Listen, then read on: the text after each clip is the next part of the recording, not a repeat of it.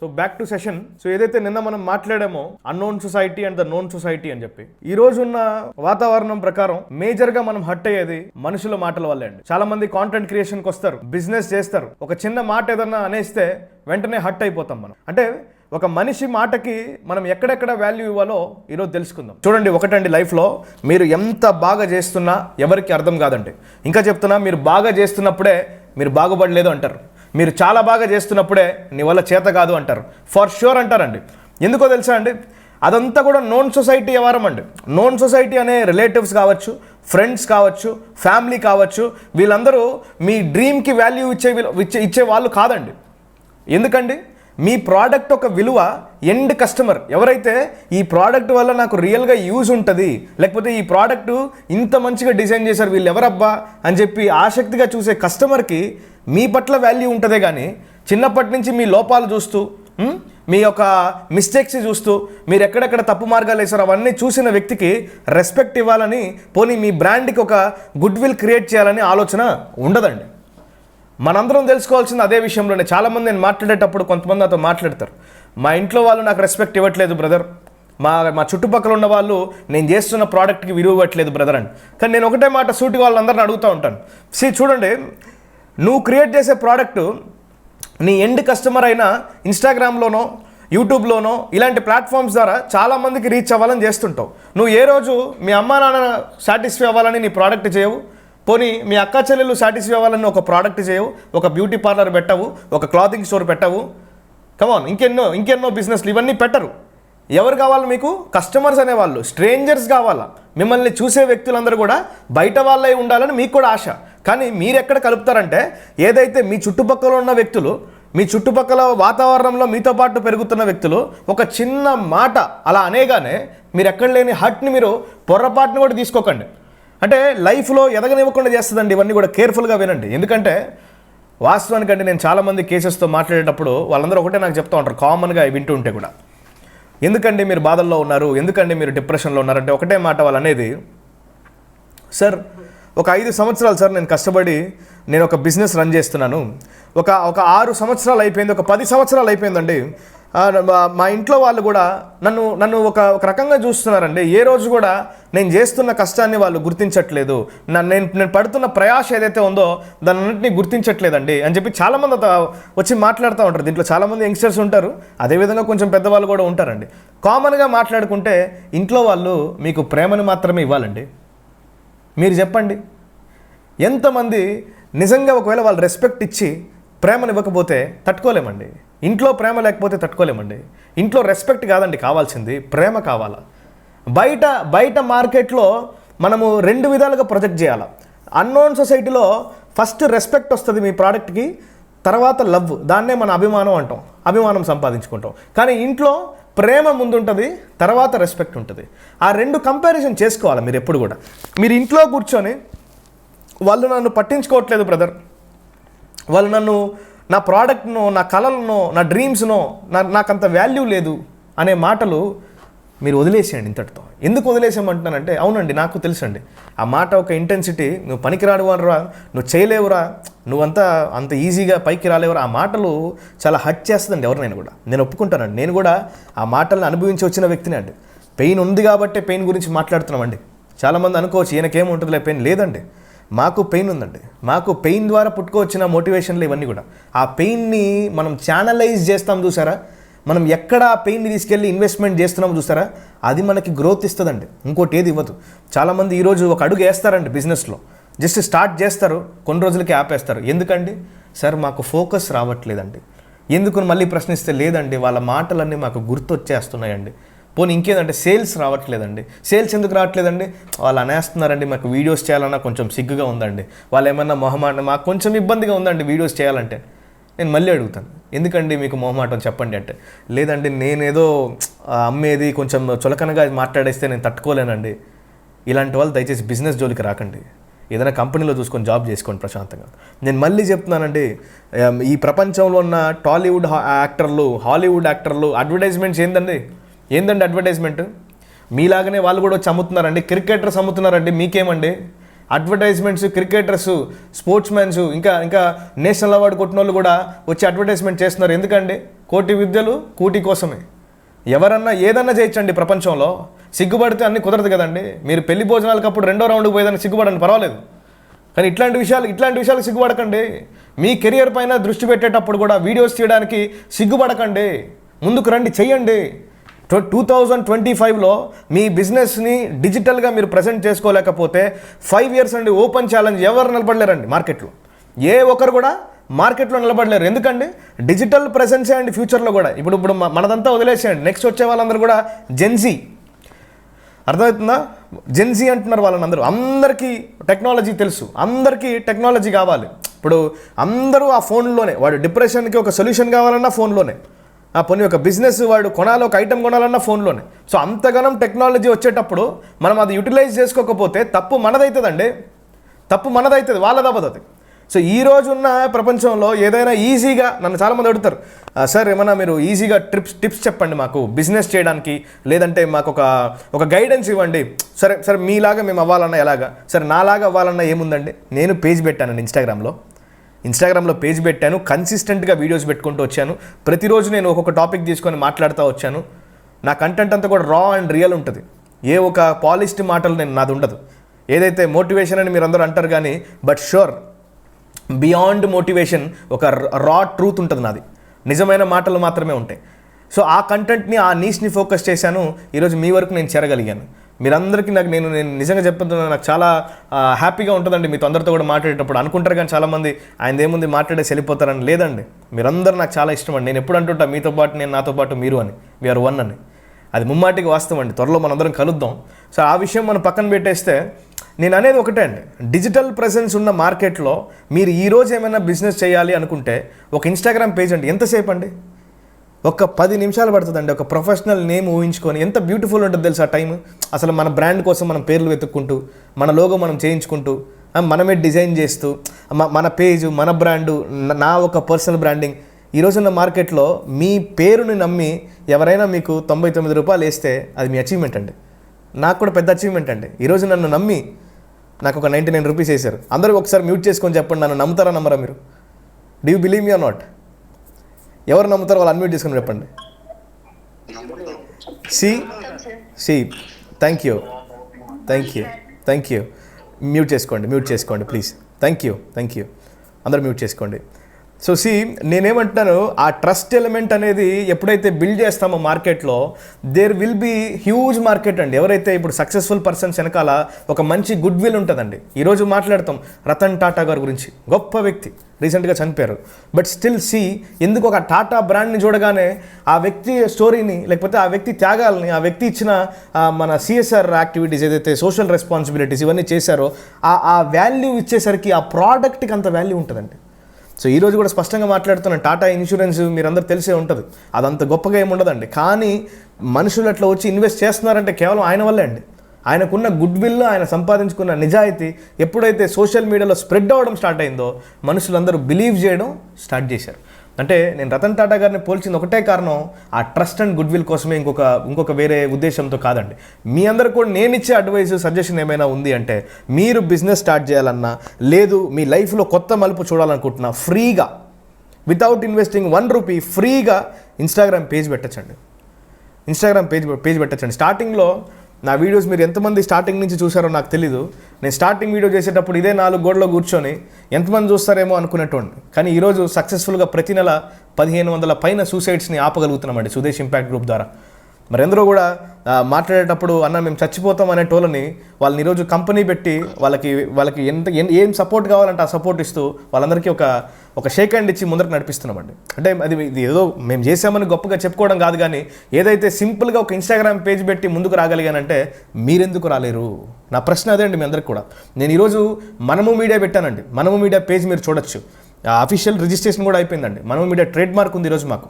Media పరంగా కూడా entrepreneur platform రావాలి, బిజినెస్లో చిన్న పెద్ద కాదు, ఎవరినైనా ప్రమోట్ చేయాలి, ఎవరినైనా అందరికీ తెలిసేలాగా చేయాలి, ఆ ఒక్క ఉద్దేశంతో మనము మీడియా స్టార్ట్ చేసామండి.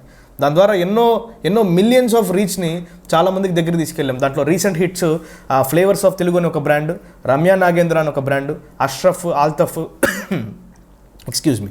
సో ఈ బ్రాండ్స్ అన్నిటిని కూడా మేము అందరికీ తెలిసేలాగా చేసామండి. ఇవన్నీ ఎట్లా సాధ్యమండి? ఒక్క అడుగు, 1 స్టెప్, నేను ఏదైతే సుదేశ్ ఎడిషన్లో ఒక్క అడుగుతో నేను స్టార్ట్ చేసిన ప్రయాణం ఉందో ఈరోజు ఎన్నో అడుగుల్ని వేసేలాగా నాకు సహాయపడిందండి ఒకటే పేజ్ అండి.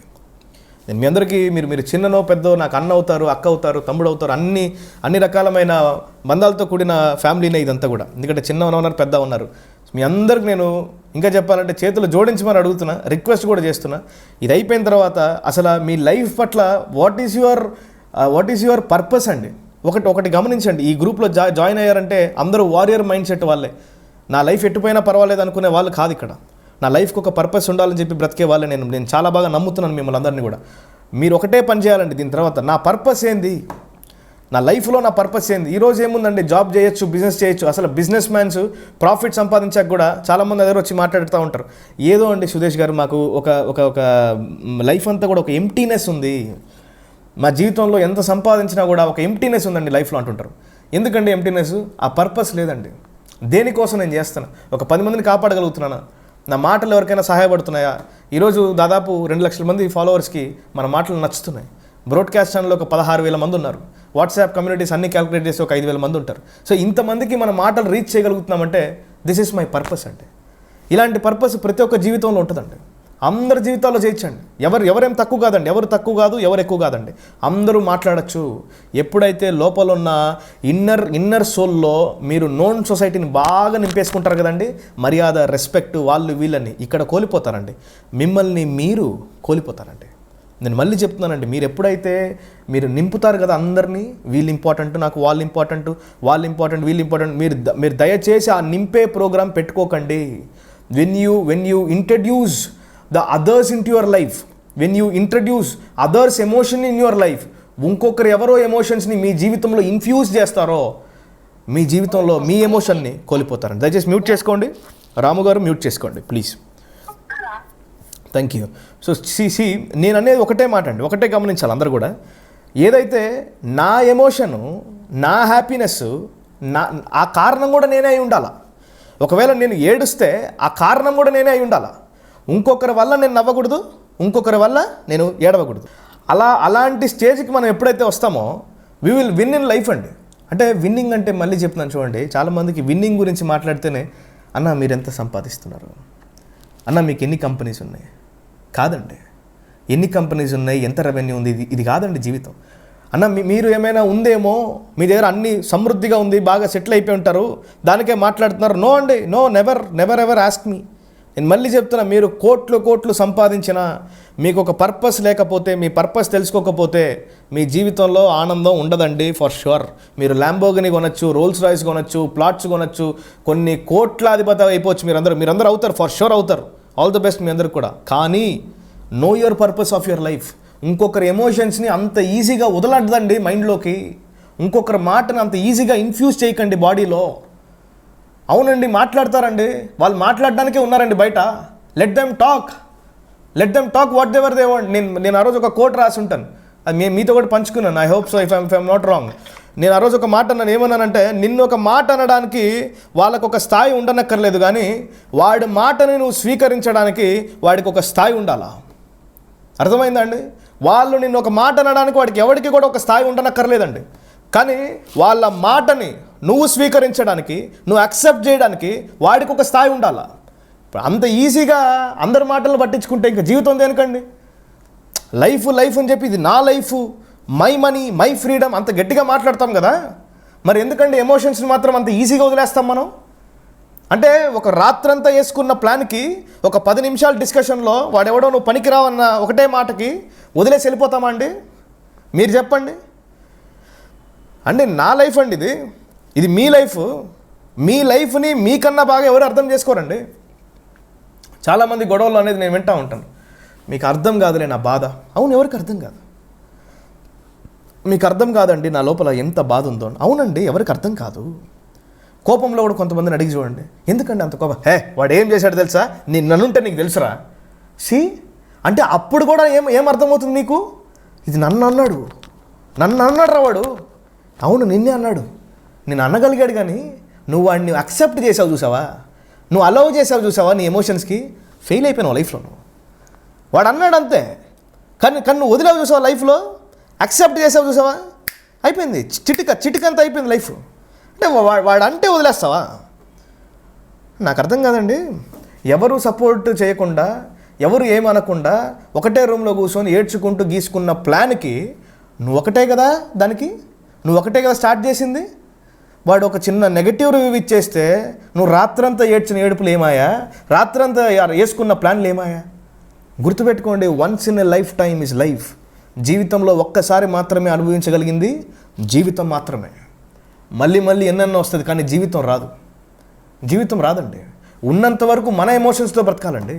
This is only one life. ఇట్లా బ్రతకాలి ప్రతిరోజు కూడా. ద మెనీ పీపుల్ సే, నా దగ్గర వచ్చి మాట్లాడుతూ ఉంటారు, అన్న లవ్ ఫెయిలియర్ అయిపోయింది, లేదంటే బిజినెస్లో లాస్ అయిపోయింది.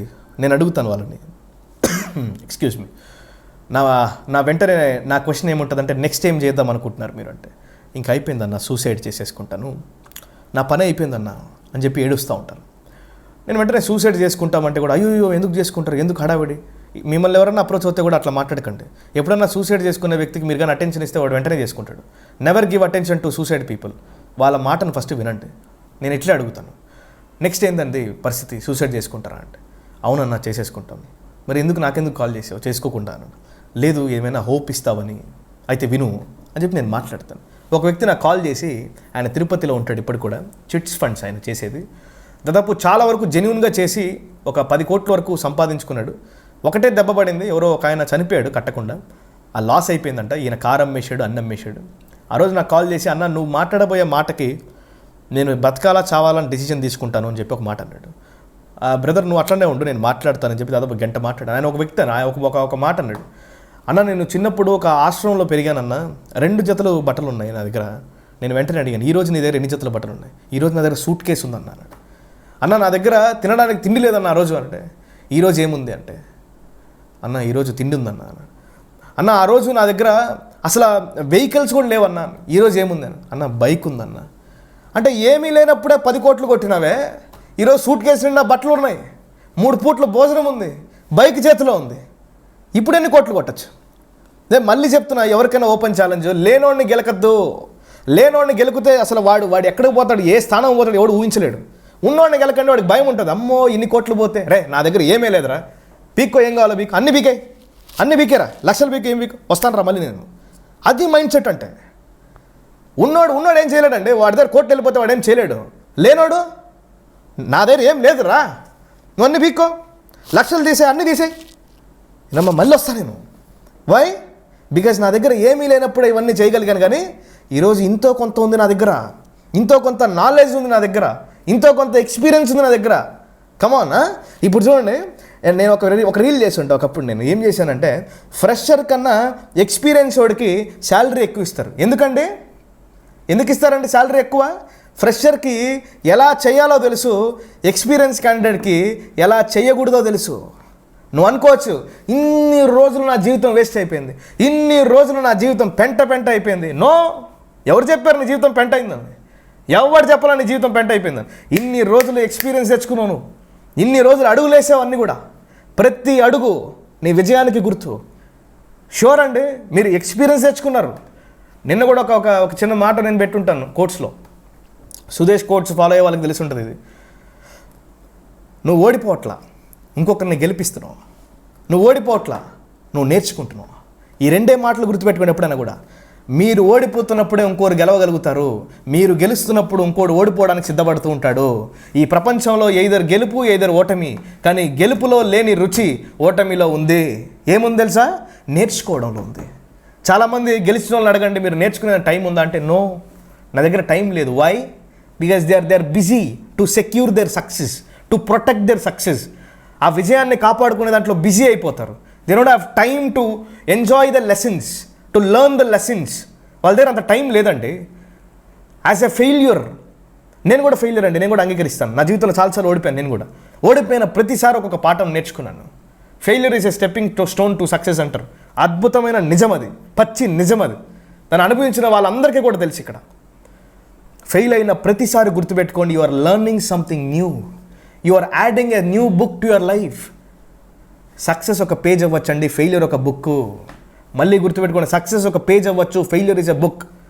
సక్సెస్ ఒక సాచురేటెడ్ లై, అది సక్సెస్ ఒక అబద్ధం. అది ఫెయిలియర్లోనే నిజం ఉంది, ఫెయిలియర్ ఇస్ రియల్.